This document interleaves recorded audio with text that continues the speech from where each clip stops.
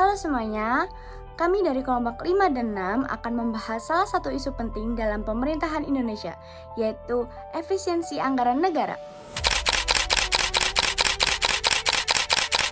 Penggunaan anggaran negara seharusnya digunakan untuk meningkatkan kesejahteraan masyarakat.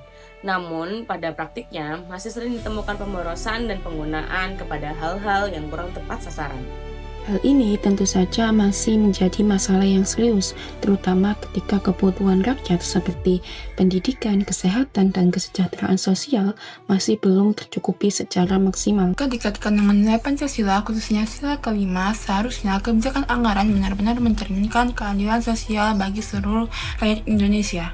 Lalu, muncul pertanyaan kritis, apakah efisiensi anggaran pemerintah saat ini sudah sesuai dengan nilai-nilai Pancasila atau masih terdapat kesenjangan antara idealitas dan realitasnya? Anggaran negara seharusnya berpihak kepada kepentingan rakyat. Namun realitanya, ada penggunaan anggaran yang tampaknya rakyat bukan jadi prioritas. Hal ini menunjukkan adanya kesenjangan antara nilai keadilan sosial dalam Pancasila dengan praktik pengelolaan anggaran yang masih belum optimal.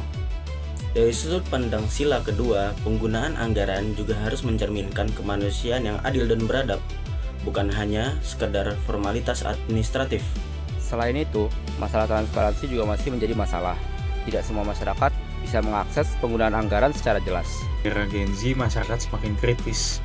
Media sosial dan teknologi membuat masyarakat semakin mudah untuk mengawasi kebijakan dari pemerintah.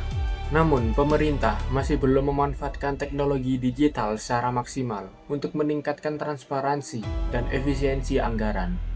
Padahal, digitalisasi anggaran dapat meningkatkan akuntabilitas dan meminimalisir potensi penyimpangan. Jika dikaitkan dengan nilai cinta tanah air, efisiensi anggaran adalah wujud tanggung jawab pemerintah dalam memastikan kesejahteraan bangsa. Kami menyadari bahwa efisiensi anggaran bukan hanya tanggung jawab pemerintah, tetapi juga membutuhkan peran aktif masyarakat dalam pengawasan. Yang pertama, pemerintah perlu meningkatkan transparansi melalui platform digital yang mudah diakses oleh masyarakat. Yang kedua, seharusnya anggaran negara lebih diprioritaskan kepada sektor-sektor yang berdampak langsung kepada masyarakat. Contohnya, pendidikan dan juga kesehatan. Yang ketiga, perlu adanya partisipasi Gen Z dalam mengawasi penggunaan anggaran melalui teknologi. Keempat, evaluasi rutin terhadap program pemerintah harus dilakukan untuk mencegah pemborosan anggaran.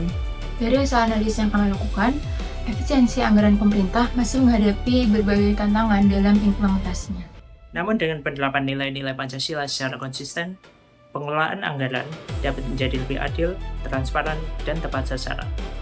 Karena pada akhirnya, anggaran negara harus digunakan mewujudkan kesejahteraan seluruh rakyat Indonesia